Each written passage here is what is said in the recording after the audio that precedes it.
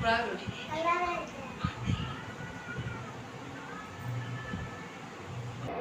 Hi friends, welcome to Sangavi சமையல். இன்றைக்கி ஒரு சூப்பரான ஒரு வெஜிடேரியன் ரெசிபி தான் பார்க்க போகிறோம். எல்லாருக்குமே பிரியாணினா ரொம்ப ஃபேவரட்டாக இருக்கும். வெஜிடேரியனில் மஷ்ரூம் பிரியாணி நம்ம இன்றைக்கி செய்ய போகிறது. மஷ்ரூம் பிரியாணி தான் செய்ய போகிறோம். மஷ்ரூம் பிரியாணி எல்லாருக்குமே ரொம்ப பிடிக்கும். எங்கள் வீட்லேயும் வந்து மஷ்ரூம் ரெசிபி எதுவாக இருந்தாலுமே எங்களுக்கும் பிடிக்கும். இன்றைக்கி அந்த ரெசிபி தான் உங்களுக்கு நான் செஞ்சு காட்ட போகிறேன். அதுக்கு முன்னாடி நான் எப்படி இருக்கேன் அப்படின்னு சொல்லி கமெண்ட் பண்ணுங்கள். ஏன்னா நான் இந்த மாதிரி வந்து ஆர்டிஃபிஷியல் கம்பல்ஸ்லாம் வந்து பார்த்திங்கன்னா நான் வேலைக்கு போகும்போது நான் இந்த மாதிரி யூஸ் பண்ணியிருக்கேன். அதே மாதிரி ஹேர் ஸ்டைலும் நான் வேலைக்கு போகும்போது எப்படி இருப்பனோ அது மாதிரி கொஞ்சம் இது பண்ணியிருக்கேன். ஆனால் என்னோடது நேச்சுரல் ஃபேஸ் தான். வீடியோவில் எப்படி தெரியுதுன்னு தெரியல. எப்படி இருக்குன்னு கமெண்ட் பண்ணுங்கள். ஏன்னா நான் ரொம்ப நாள் கழித்து ரெடியானதுனால உங்கள்கிட்ட நான் ஷேர் பண்ணிக்கிறேன் ஃப்ரெண்ட்ஸ். இப்போ வளவலன்னு பேசாமல் வாங்க நம்ம ரெசிபி என்னன்றது பார்க்கலாம். அதுக்கு தேவையான பொருளை பார்த்துட்டு செய்யவும் ஆரம்பிச்சிடலாம். இப்போ தேவையான பொருள்லாம் என்னன்றது பார்த்துட்டு அப்படியே செய்ய ஸ்டார்ட் பண்ணிடலாம். வாங்க பார்க்கலாம். ஃபஸ்ட்டு எண்ணெய், அதுக்கப்புறம் கொஞ்சமாக நெய், அதுக்கு அடுத்தது பார்த்திங்கன்னா ஒரு பிரியாணி இலை, ஒரு இன்ச்சு பட்டை, ஒரு 6 கிராம்பு, ஒரு 4 ஏலக்காய், ஒரு அன்னாச்சிப்பூ, மராட்டி முக்கை 1, அப்புறம் இஞ்சி பூண்டு பேஸ்ட்டு, அப்புறம் மிளகாத்தூள், உப்பு. நீங்கள் வெறும் காஷ்மீரி மிளகாத்தூளுக்காக நான் இந்த வந்து எடுத்துருக்கிறேன். வெறும் மிளகாத்தூளும் வச்சுருக்கிறேன். அதுக்கு அடுத்தது வெங்காயம் பார்த்திங்கன்னா இது இடம் இப்படி மாற்றி மாற்றி வச்சுருக்கோம். ஆனால் வந்து உங்களுக்கு சொன்னால் 2 பெரிய வெங்காயம், ஒரு 2 பெரிய தக்காளி ஈக்குவல் எடுத்துக்கோங்க.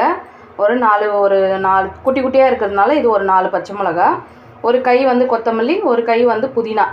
இப்போ 2ஐயும் நான் இங்கே எடுத்து வச்சுருக்கேன். இப்போ நம்ம வாங்க இப்போ செய்ய ஸ்டார்ட் பண்ணிடலாம்.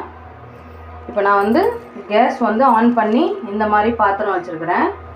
இப்போது நம்ம தேவையான அளவுக்கு ஊற்றிக்கலாம். எண்ணெய் 4 ஸ்பூன் வந்து எண்ணெய், அப்புறம் 1 ஸ்பூன் அளவுக்கு மட்டும் நெய். அதிகமாக போட்டால் கொஞ்சம் திகட்டுற மாதிரி இருக்கும், அதனால் வந்து நெய் வந்து கம்மியாக போடுங்க. நல்லா ஹீட் ஆகிடுச்சு. இப்போ நம்ம எடுத்து வச்சுருக்க ஸ்பைசஸ்லாம் போட்டுக்கலாம். வாங்க பார்க்கலாம். இப்போ இது கூடவே வெயிட் பண்ண தேவையில்ல, வெங்காயம் போட்டுக்கலாம்.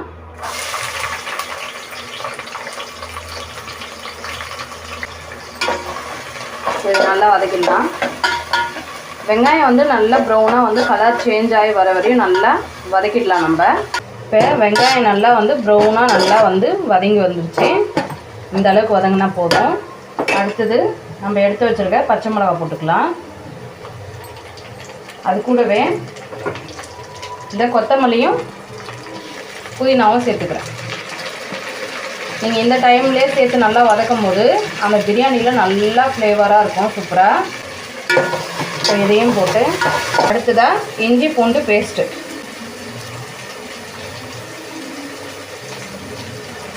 நான் இந்த மாதிரி ஒரு ஸ்பூனில் 1.5 போட்டிருக்கேன்.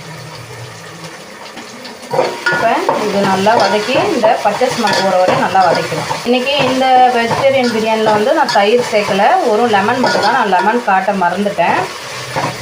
நீங்கள் தயிர் வேணும்னா போட்டுக்கலாம். நான் வந்து நான்வெஜ் ரெசிப்பியில் வந்து தயிர் சேர்ப்பேன் பிரியாணியில். அது வந்து என்னென்னா கொஞ்சம் வழவழப்பு தன்மை இருக்கிற மாதிரி கொஞ்சம் லைட்டாக ஃபீல் ஆகும். அதனால் நான் வந்து தயிரை ஸ்கிப் பண்ணிவிட்டு லெமன் மட்டும் சேர்த்துக்கிறேன். நீங்கள் 2மே கூட போட்டுக்கலாம். அதே மாதிரி நான் செய்யக்கூடிய அரிசி வந்து இன்றைக்கி பாஸ்மதி ரைஸ் தான். நம்ம ரெகுலராக யூஸ் பண்ணுற இந்த மாதிரி ஆளாக்கு எல்லார் வீட்லேயும் இருக்கும். அது இதில் வந்து 2.5 எடுத்துருக்கேன். இப்போ தக்காளி சேர்த்துக்கலாம். இந்த தக்காளி எல்லாம் சேர்ந்து நல்லா அப்படியே கரைஞ்சி அப்படியே ஒரு தொக்கு மாதிரி நல்லா வரட்டும். அது வரையும் நல்லா வதக்கிடலாம். இப்போ தக்காளி நல்லா வந்து ஓரளவுக்கு நல்லா மசிஞ்சு வந்துடுச்சு. இப்போ அடுத்ததாக சேர்க்க போகிறது சால்ட்டு சேர்த்துக்கிறேன். நீங்கள் கல்லுப்பு இருந்தால் கல்லுப்பு சேர்த்துக்கோங்க. அதுக்கு தேவையான அளவுக்கு நம்ம லாஸ்ட்டாக செக் பண்ணி கூட இன்னும் வேணும்னா சேர்த்துக்கலாம். இப்போ இந்த ஸ்டேஜ்லேயே வந்து நான் என்ன பண்ணுறேன்னா காஷ்மீரி மிளகாய் தூள் 1 ஸ்பூன் அளவுக்கு போட்டுக்கோங்க. அடுத்தது வெறும் மிளகாய் தூள். இது காரமாக இருக்கும், ஏற்கனவே நம்ம பச்சை மிளகாய் போட்டிருக்கிறதுனால ஒரு 1/4 டேபிள் ஸ்பூன், அவ்வளோதான். இதுவே கரெக்டாக இருக்கும். இப்போ இந்த ஸ்டேஜில் வந்து நீங்கள் தயிர் யூஸ் பண்ணுறீங்க அப்படின்னா தயிர் சேர்த்துக்கோங்க. நான் வந்து இன்றைக்கி இந்த மஷ்ரூம் பிரியாணிக்கு தயிர் சேர்க்கலை. இப்போ நல்லா இந்த மிளகாத்தூள் ஸ்மெல்லாம் போய் இந்த மாதிரி நல்லா இங்கே பாருங்கள், இந்த மாதிரி பாத்திரத்தில் ஒட்டாத நல்லா இந்த மாதிரி நல்லா வதங்கிடுச்சு. இப்போ நான் வந்து ஒரே ஒரு இந்த பாக்ஸில் வரும் இல்லைங்களா, அதுதான் நான் அந்த மஷ்ரூம் தான் வாங்கியிருக்கேன். ஒரு பேக் மஷ்ரூம் வந்து இதில் சேர்த்துக்கலாம். ரொம்ப சின்ன சின்னதாக போட வேண்டாம், கொஞ்சம் மீடியமான சைஸில் போட்டுக்கோங்க. இப்போ இதையும் சேர்த்து வதக்கலாம். நம்ம சுடு தண்ணியை ஊற்றி தான் இது கொதிக்க வைப்போம், அதனால் லைட்டாக வதக்கினா போதும். இந்த மசாலாவோட அப்படி கொஞ்சம் ஒரு 2 வதக்கு வதக்கிட்டு நம்ம அடுத்ததாக என்ன சேர்க்கலாம். நம்ம நான்வெஜ்ஜு பிரியாணிலாம் எப்படி செய்வோமோ அதே மெத்தட் தான். நீங்கள் இதே மெத்தட்லேயே எல்லா பிரியாணியுமே இதே மாதிரி தான் செய்யணும். நான் இதில் ஸ்கிப் பண்ணிக்கிறது தயிர் மட்டும்தான், மற்றது எல்லாமே அதே தான். நீங்கள் அரிசி எடுக்கிறத பொறுத்து நீங்கள் கூடவோ குறையவோ நீங்கள் ஃபாலோ பண்ணிக்கலாம். இப்போ அவ்வளோதான். ஏன்னா இது வந்து சீக்கிரமாக வேகக்கூடிய பொருள்ன்றதுனால ரொம்ப நேரம் போட்டு வதக்கணும்னா அப்புறம் அது நஞ்சு போயிடும். இப்போ இதுலேயே வந்து நான் என்ன பண்ணுறேன்னா, நான் வந்து 2 டம்ளர் பாஸ்மதி ரைஸ் எடுத்திருக்கேன். 1க்கு 1.5 அப்படின்ற ரேஷியோவில் வந்து நல்லா கொதிக்கிற தண்ணி நல்லா வந்து கொதிக்க வச்சுருக்கிறேன். இப்போ இதை நம்ம சேர்த்துக்கலாம்.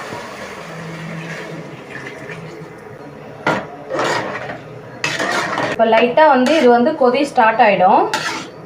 ஏன்னா நம்ம வந்து ஏற்கனவே வந்து தண்ணியை கொதிக்க வச்சு ஊற்றுறதுனால நம்ம வந்து எப்போவுமே வந்து பச்சை தண்ணி யூஸ் பண்ணக்கூடாது பிரியாணி செய்யும்போது.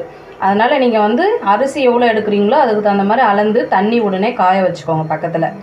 சுடு தண்ணி நம்ம யூஸ் பண்ணும்போது அந்த டேஸ்ட் வந்து மாறாமல் அதே இதுலேயே வரும். அதுதான். இப்போ நல்லா கொஞ்சம் பாயில் வரட்டும், அதுக்கப்புறமா நம்ம அரிசி சேர்க்கலாம். இப்போ பாருங்கள் நல்லா வந்து கொதி வந்துருச்சு. இந்த ஸ்டேஜில் என்ன பண்ணலான்னா, நான் அரிசி வந்து ஏற்கனவே நல்லா கழுவி வச்சுருக்கிறேன். இப்போ நான் வந்து இதுக்கு சேர்க்குறது ஒரு பாதி லெமன் சேர்த்துக்கிறேன். நீங்கள் அரிசி சேர்த்துட்டும் சேர்க்கலாம், இல்லை அதுக்கு முன்னாடியும் சேர்த்துக்கலாம். இதுக்கு பாதி லெமனே போதும், அதிகமாகலாம் தேவைப்படாது.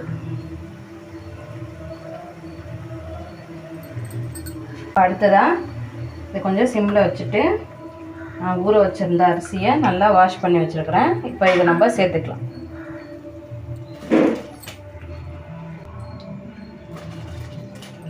ஒரு 10 நிமிஷம் மட்டும் ஊற வச்சுருங்க. செய்யறதுக்கு முன்னாடி ஒரு 10 நிமிஷம் ஊற வச்சிங்கன்னா உங்களுக்கு கரெக்டாக நல்லா மலர்ந்து சூப்பராக வரும். ஊற வைக்காமல் செய்யும்போது வந்து ரொம்ப வந்து அது வந்து ரஃப்பாக இருக்கும், உங்களுக்கு அந்த மாய்ஸ்டாக வந்து இருக்காது. இப்போ அரிசி நல்லா சேர்த்தாச்சு. இப்போ நம்ம மிக்ஸ் பண்ணி விட்டுருங்க. ரொம்ப போட்டு அப்படியே கிண்டாதீங்க, ஏன்னா அரிசி நல்லா உடஞ்சிடும், லென்த்தாக இருக்காது. இப்போ ஜென்டலாக அப்படியே வந்து இந்த மாதிரி மிக்ஸ் பண்ணிவிட்டு இந்த டைமில் வந்து நீங்கள் வந்து உப்பு கரெக்டாக இருக்கா எப்படின்றது செக் பண்ணி, கம்மியாக இருக்கா ஜாஸ்தியாக இருக்கா. ஜாஸ்தியாக நம்ம போட மாட்டோம், அதுக்கு தான் ஃபஸ்ட்டே வந்து கொஞ்சமாக போடுங்க. இப்போ நான் வந்து உப்பு செக் பண்ணிக்கிறேன். நான் போட்டது எல்லாமே எனக்கு கரெக்டாக இருக்குது. நீங்கள் இந்த டைமில் செக் பண்ணிவிட்டு போட்டுக்கோங்க. இது அப்படியே வந்து நல்லா கொதித்து வரட்டும், அதுக்கப்புறமா நம்ம டம் எப்படி போடுறதுன்னு பார்க்கலாம். இப்போ பாருங்கள் நல்லா வந்து தண்ணி வந்து குறைஞ்சி இந்த மாதிரி வந்துடுச்சு. இப்போ நம்ம டம் போட இப்போ கரெக்டாக இருக்கும். இந்த டைமில் டம் போட்டால் நம்மளுக்கு நல்லா சூப்பராக பிரியாணி ரெடி ஆகிடும். பாருங்கள் இப்படி அழுத்தினா மட்டும்தான் தண்ணி வருது. இந்த அரிசியும் அந்த தண்ணியும் வந்து இந்த மாதிரி குறைஞ்சி இருக்கிற போது தான் இங்கேயே டம் போடணும். நிறைய தண்ணி இருக்கும்போது டம் போட்டிங்கன்னா அது குழைவாக வரும். இப்போ இதை நம்ம டம் போடுறது.